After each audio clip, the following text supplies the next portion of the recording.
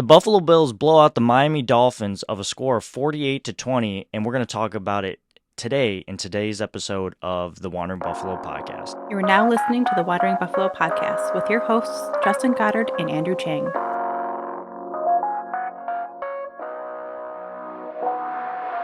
Welcome in, everybody, and thank you for joining me on another episode of the Wandering Buffalo podcast, a show here on the Buffalo FAMBase network. I'm your host, Two Changs, and alongside me is my co-host, JGods22. You can find this episode and this podcast on all social media platforms, all audio platforms, and of course on YouTube. Justin, how are you feeling today? Sir, I am walking on sunshine. I thought that game was going to have me sweating the whole game. There was part of me that, was kind of looking at the beatdown Miami had last week and like putting it in perspective that it was Denver, but hard to ignore scoring 70 points. I thought this was going to be, especially how it started out, I thought it was going to be shootout the whole game, bad for my heart. Ended up being nice and relaxing, dry palms, all that. Oh, yeah. Yeah, and we got a lot to go into in this game. Usually how we like to do it is kind of talk about things we didn't like, things we like, and then we just kind of wrap it up doing our like awards and whatnot. But I feel like we just got to shoot from the hip, especially since there wasn't a whole lot to dislike from this game. And that's not to say there weren't stuff that we didn't like. It's just there was just so much good that just exploded from the TV screen, at least from where I was. And if you were at the game, it sounded loud. I had a couple people who were at the game tell me this is probably the loudest game that they have ever attended, which is like insane to me because it just, the atmosphere looked amazing. Josh Allen called on you, Bills Mafia, and you did not disappoint. So, shout out to you, first and foremost. My wife Leanne is not a football fan, so she was on the couch with me reading a book, and she's like, "Dude, the crowd is so loud, I can't even focus on my book."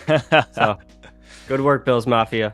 Yeah, absolutely. So let's just kind of talk. Really, we'll start with Josh Allen, and I hate that narrative of like, it's Josh Allen versus Tua Tagovailoa, and it's really they're never on the field at the same time.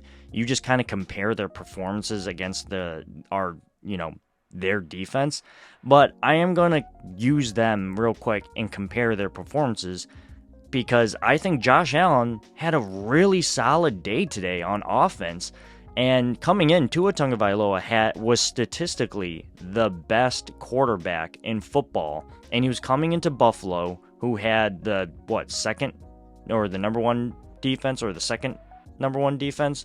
Or second number one defense. That doesn't make sense. But number two defense in the NFL. And you were kind of worried, right, Justin? I was a little worried, but it as things shook out, it just looked like the better quarterback on this particular Sunday, shined through because the rating at the end. I'll just put it like this. What do you think Josh Allen's rating was at the end of this game? And it's got to be perfect, right?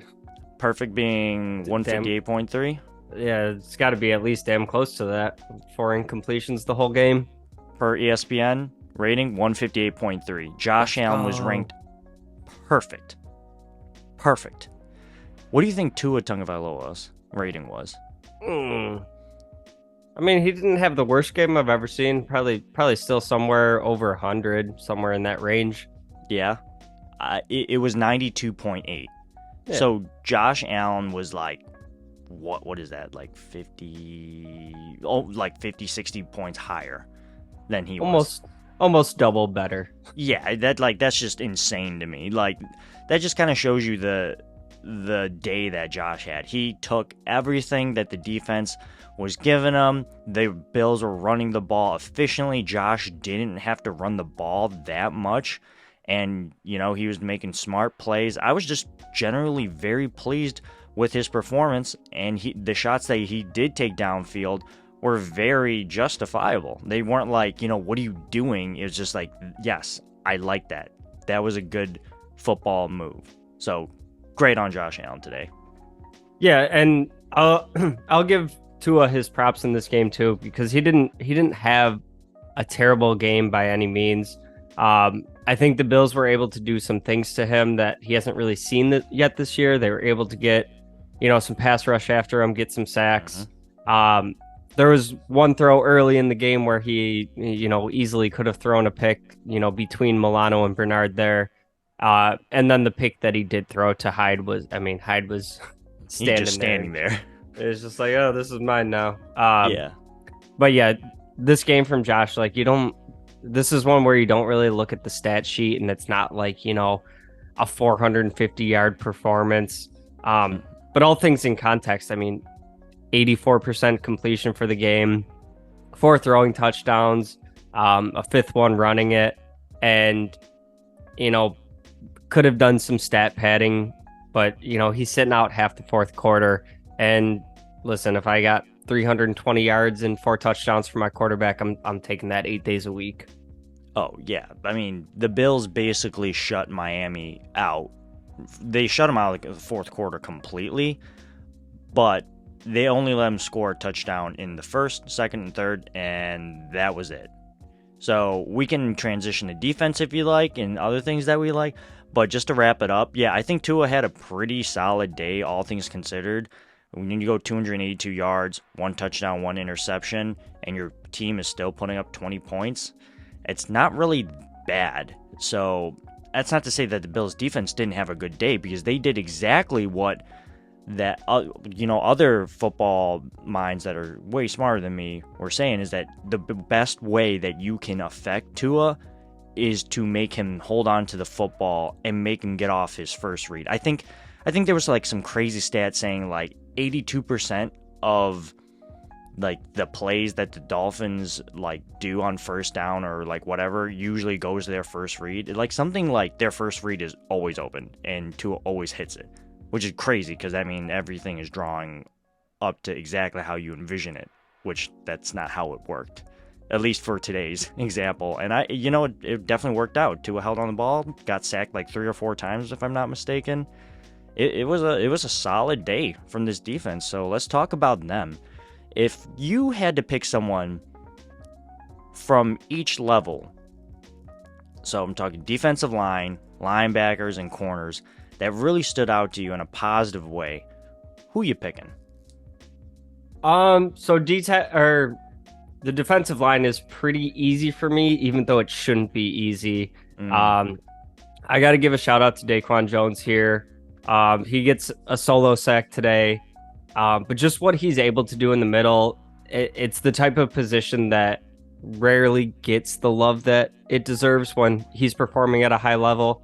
But I feel like he's been killing it this whole season. He had a great day today.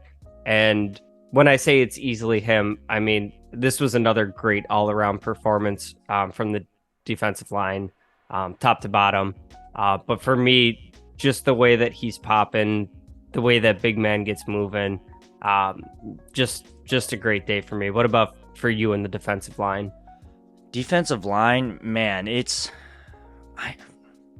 got to be Leonard Floyd for me. Now, he did line up offsides and whatnot, but I just think this man's impact has been insane. Like, honestly, just been... It's everything you could wish for, and what really gets me excited about him is that when Von Miller comes back, it could be as early as next week, could be 2 weeks from now or 3 weeks from now. What do the Bills do for defensive end? Do you put Leonard Floyd in like a rotational spot so you just have that burst coming off the edge the entire time, or do you just kind of spot fill as needed? Like, if Leonard Floyd is coming off the bench for you in a rotational role, that just should tell you what the Bills have on the defensive line. And it all works because the interior line is working really well, to your point. Daquan Jones, really good. And I must admit, I wasn't too sure how Ed Oliver would do this season, and so far, he is most certainly outplaying that contract. And I just wish, and I really hope that he can keep it up, and this whole defensive line can keep it up. Let's move on to linebackers. Oh, go ahead. I just wanted to make a quick point on Floyd. He kind of reminds me of like peak Jerry Hughes when he was pass rushing, where he wouldn't always get the sacks, but he was always getting near the quarterback, causing them to move in the pocket and whatnot. And the difference now is the other bodies that we have across the defensive line. If Jerry Hughes was playing in this system in his prime, he would be affecting games like crazy like this too. So yeah. One thing I do want to point out that I know Miami fans are going to say is like, oh, well, you know what? We didn't have our starting center and then our tackle went out. Well, if you want to play that game, we can talk about week 2 or week 3 of last year when we literally didn't have our center and 3 offensive linemen and like our starting safeties. And Tommy basically Doyle like, was playing on a torn ACL. Yeah, I'm just like, bro, I see what you're saying, and I'm not going to say that what you're saying isn't valid, but what I am trying to say is you just got to deal with it. Like that you can't control that. The Bills can't control that, and they couldn't control it when they came into Miami last year, and you can't control what happens when they come into Buffalo this year. So I don't like to say that that's an excuse, because it's not. It's just a weak explanation. And that's why I wasn't really pissed off about that week 3 loss last year. Like, we were right into it. Miami had no shot in this game. No shot whatsoever. So I'm not, well, when I say that, when we were pulling ahead, it just looked like they could not make a comeback. And I kind of had a feeling they couldn't make one either. But let's move on to the linebacker position, and we only got really 2 people to talk about, so I'm just gonna say this: Benford, man. Or no, I'm sorry. Oh my God, I said Benford. Well, go ahead. We'll talk about him in a minute too, because he's gonna pick up a big role. But let's talk about Milano. I think this was a really solid game for my guy. I'm loving what I'm seeing from him. Everything he's doing, he's just flying around. Everything that Milano is doing on defense is exactly what I imagined it would be at last year and more. So I just don't, and oh my God, I'm just so ecstatic with this linebacking core, because like that was the biggest question mark, especially middle linebacker. And now that we have someone in the middle linebacker position who kind of complements Milano in such a positive way, I think it just boosts Milano's performance that much better. Yeah, Milano was definitely the top performing linebacker for me today. But Bernard had another really solid game. Coming off of what he did in Washington, I mean, had to come back down to earth a little bit. So I mean, kind of more of a hey, I guess he had a fumble recovery. Yeah. Bernard still had a great game. Milano was just all over the place, and Milano caused that fumble. Right, and it's one of the things where when it's so routine for Milano, I don't want to take the time to not acknowledge it, because we have the new shiny toy that's doing great. So amazing game from Milano, and another solid game for Bernard, and he just keeps stacking those. And after a while, it's starting to feel like this wasn't a fluky couple good games for him. Teams are getting tape, and he's continuing to perform. So this massive hole that we thought we had going into the season, seems like they had a plan all along, and that's why we're in these chairs. Yeah, absolutely. Now let's transition to the cornerback, and then we can lump safeties in here. Well, we can't talk about cornerback and not talk about what happened on that 4th and 1 play. And it's so weird, because when they showed the replay right before the media figured out Trey was hurt, I was looking at Trey and I was like, he seems to be looking down at his foot or something. And then you just see him visibly upset, really, really, really upset. And we are recording this directly after the game. This episode more than likely is going to drop tomorrow. We don't know when the news is going to break, so I'm going to put that in right now. What we say in these next couple minutes might not be accurate, but it's not looking good. I am going to be hopeful that it's not something too serious, but just judging off of Trey's reaction, it's gonna be weeks at minimum. Yeah, the initial report coming out is that he was being evaluated for an Achilles injury in the locker room, and they were working on an MRI. So that's a pretty brutal injury. I mean, especially coming back into form after an ACL. Oh man, to go back to back. I mean, that's another kind of full year recovery, and it just really sucks. Trey White's always been, since we drafted him, he's been one of my favorite players on this team. I love the way he plays the game, not just like, the talent level that he has, but just like his silly goofiness. Like he's a grown kid out there just having a great time. And I love seeing that in football because, ultimately it is their job. They're professionals, but they're playing a kid's game. So I love the way he plays the game. I always think about the time the play sheet blew across the field and he picked it up and he was, in the Ravens reading game. it real quick. Yeah, that's like quintessential Trey to me. And he was going to be my player I picked as like the standout in the secondary room. I thought all things considered, Tyreek is Tyreek. He's going to get his, but limit what the other players were doing and being able to control the damage that Tyreek was doing. I think overall Trey had a really great day. I think the secondary had a pretty great day, but I got to give my hat to Trey on this one, especially with the injury he's dealing with right now. Yeah, I definitely have to agree with you. Like you said, he's going to evaluate it for Achilles injury. I watched a slow-mo video of it, and it's not as obvious as the Aaron Rodgers pop, but I'm just going to say it doesn't look good. That's pretty much it. So all I can say is drinks up to Trey. That I really just hope he gets back. And the Bills have a cornerback issue. It's like last year all over again. It's right. very, very interesting. And at one point, I was like, oh my God, Benford is out because the sideline reporter misspoken. Like, yeah, he's out of the game. But then later on, I see him there. But it looked like he had to get an x-ray. Then Trey White comes out. And then at one point, I was like, who does the Bills have? Like, besides Dane Jackson at this point? Like, my God, what are we going to do? But, yeah, so it's looking like Kyer Elam's going to get called up. And you and I were talking off air about this. Like, I expect Kyer Elam to kind of play today, but he didn't. So, yeah.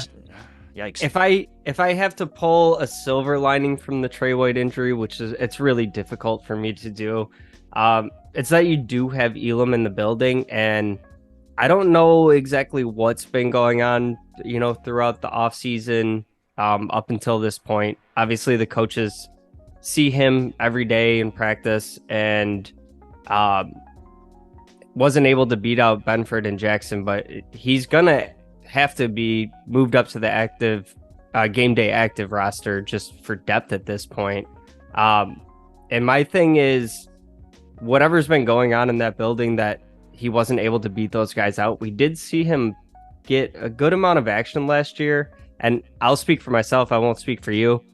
I thought he looked good down the stretch last year.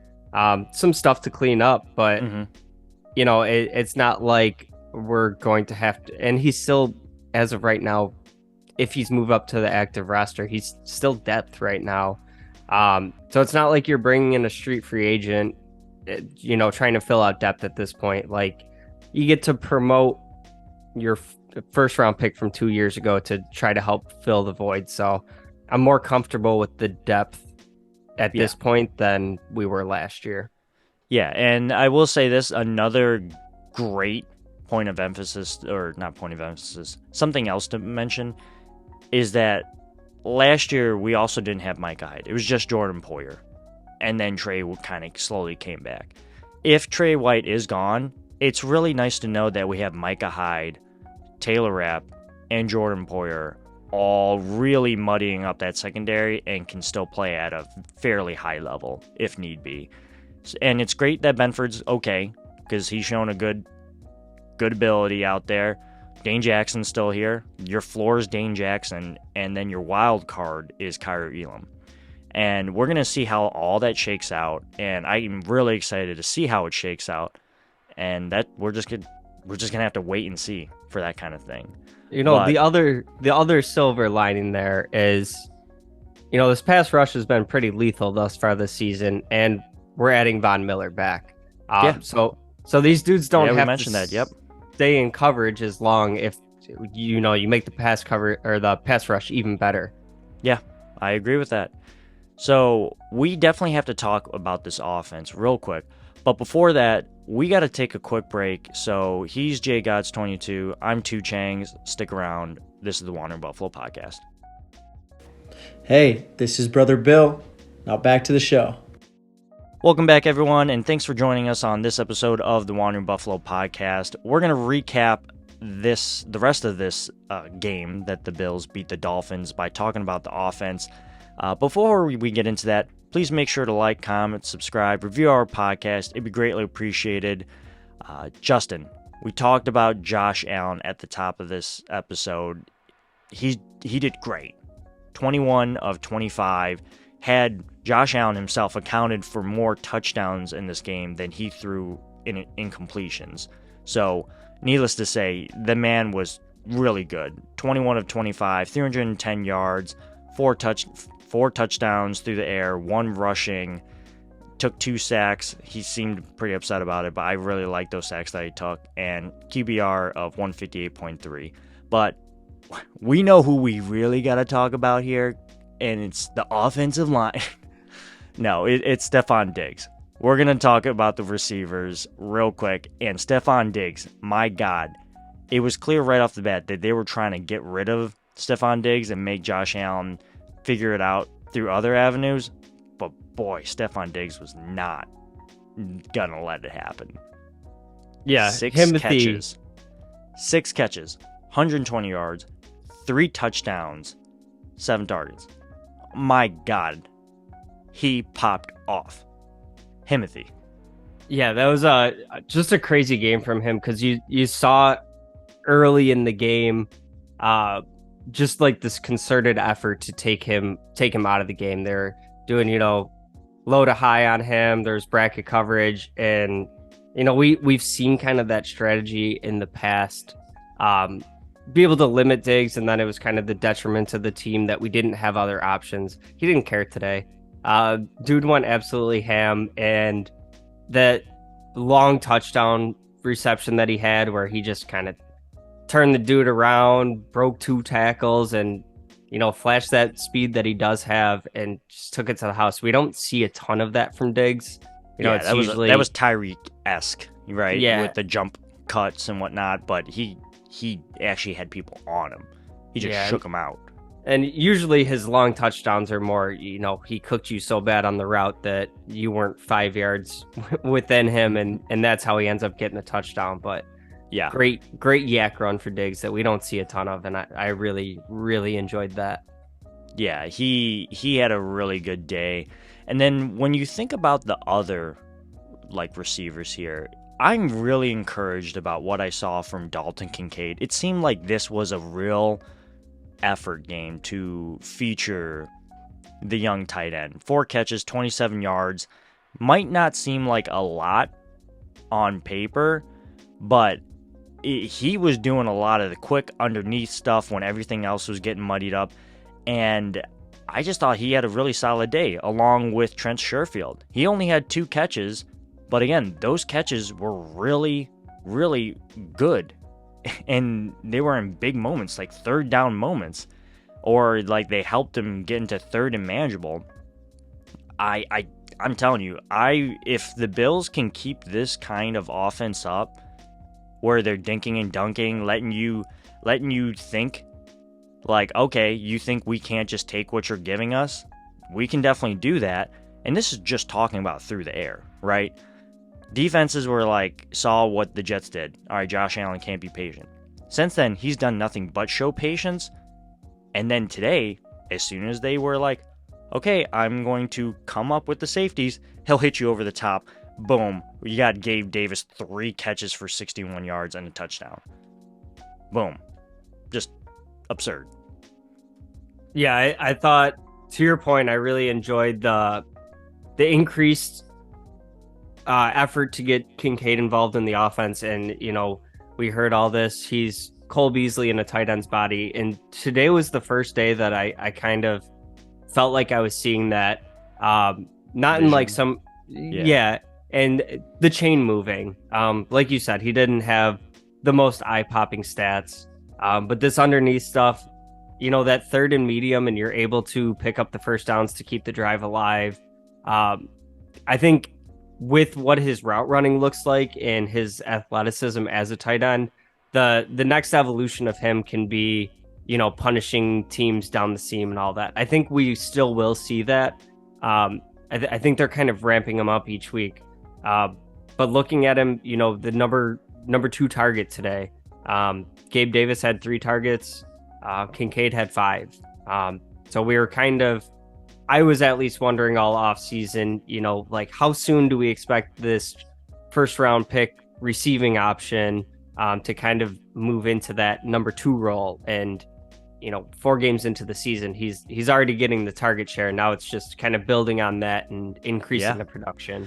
Yeah, that's a good point. Stephon Diggs with 7 targets, Kincaid with 5, and then Davis and Sherfield tied for 3.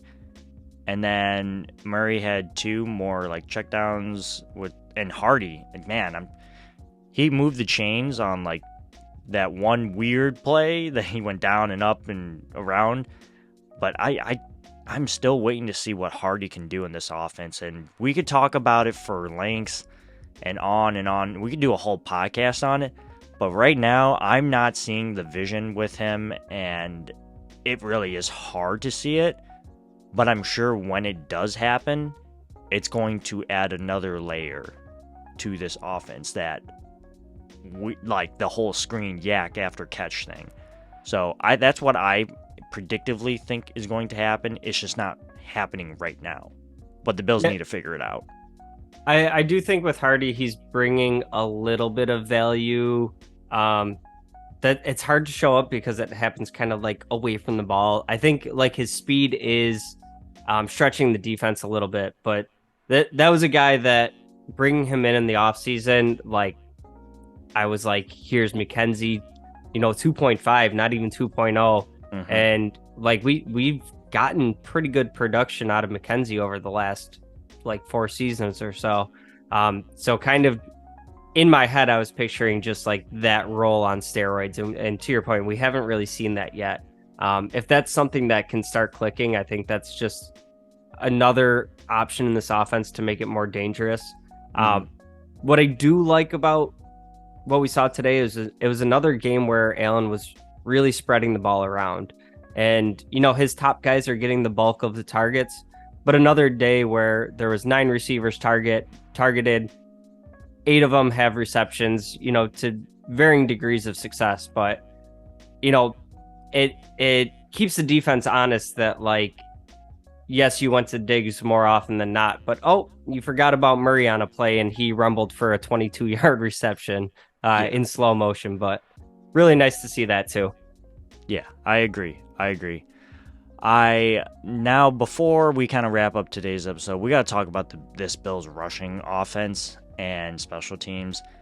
But the Bills rushing offense, my God, it looked nice out there today. Really, really special. James Cook led the way with 12 carries, 29 yards, and, it doesn't sound like a lot, but most of those were like big chunks on like first down and getting us, or second down, and getting us into third and manageable. I keep on saying that, but like don't you feel a lot better when the Bills have like 3rd and 4 or 3rd and 2 as opposed to 3rd and 7 and 3rd and 9?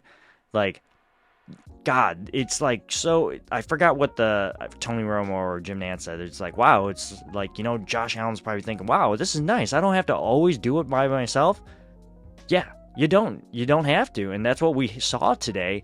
And the Bills hung 48 points on the Miami Dolphins, which is great because they had a complementary running game towards that awesome pass offense. So just in general, hats off to the Aaron Cromer and the offensive line and all the running backs for the Bills because they did their job. Great pass protection and just great running, great lanes, everything.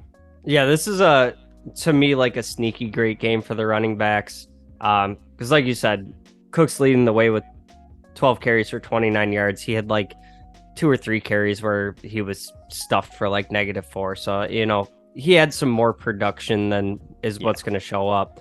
And just real quick, when he did get stuffed, it was like, hey, we're trying to run the clock out. We're trying to run, so you're going to sell out for that run. Right. And what I liked in this game is it was showing kind of the different skill sets and running backs that we haven't had in the past. And none of these guys had eye-popping stats, but combined, and you throw in Josh Allen's couple runs, 4 runs for 17 yards. It was a quiet day where there was, over 100 yards rushing, and that's on a day where Allen and Diggs were balling out. Just like that actual complementary skill set of it not all being on Josh, like you said. And the numbers aren't horribly eye-popping, but it's also in that down the stretch when you're just kind of trying to milk out the clock, you have a significant lead. That's a spot in the past where we've seen it be, you get to the 3rd and longs and you got no chance of getting it now. Towards the end of this game, these running backs were ripping off yards and getting first downs and just keeping the clock moving. And that's something that we haven't seen in the past. And that's one of the things that kind of added into this team is what's really going to slam the door on a lot of teams. Yeah, I agree. So, Justin, before we take off on today's episode, do you have any parting words or like just kind of ideas or like thoughts that you really like after you turned off the game, you got up and you walked around? What were the first couple thoughts that popped into your head? Well, I'm going to be honest with you. The first thing that popped into my head, I flipped over to the Philly-Washington game. Oh, I wanted Philly to lose so bad. Yeah, me too. Well, I know it's never a one-for-one comparison, and you can't look at like who you've played versus who they've played.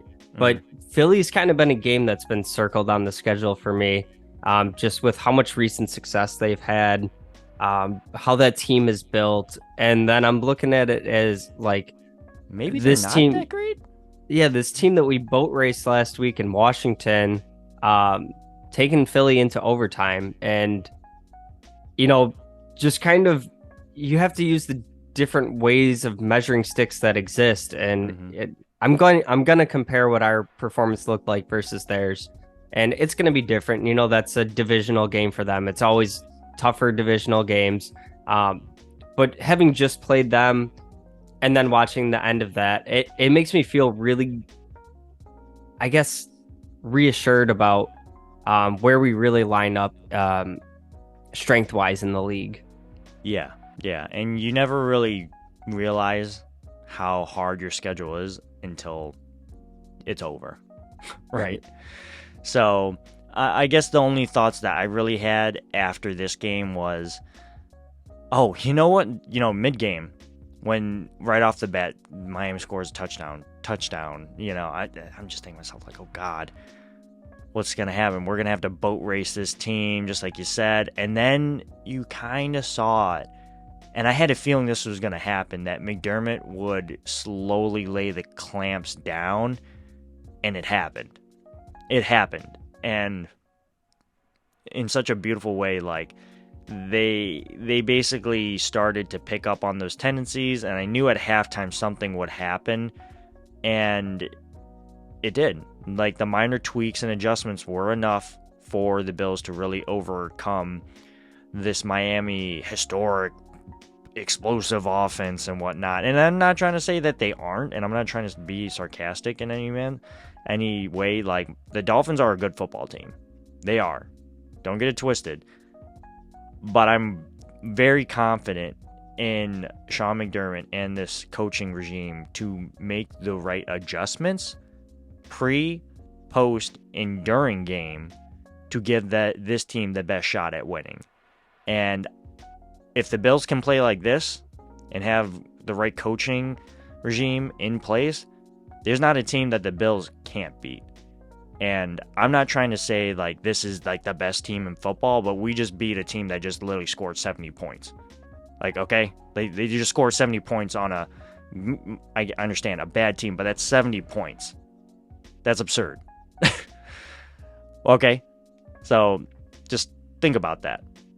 But we are going to wrap up today's episode. So thank you for listening to today's episode of the Wandering Buffalo podcast. You can find this podcast on all social media and audio platforms, and of course on YouTube. Justin, where can the people find you? You can find me on any social medias at jgods22. We also have the website that Jake has been putting in a ton of work on. I got some articles I've been putting up over there, so make sure you're checking that out too. WanderingBuff.com. Yeah, man. You can find me on social media by searching up Two Changs. Next week, Justin will not be here. Is that correct? That is correct. I will be out of town with the missus. All right. And as it's planned right now, I should be good to go. So next week, it's just going to be me. So we got Justin. Justin and Andrew have been on exactly. We're 2 for 4 this season. 2 and 4. 2 and 4. Better. I mean, not as good as the Bills' record, but we're working on it. Like it's all uphill from here. All uphill. We'll be good. So thanks for listening to this episode. I hope you enjoy the rest of the start of your week.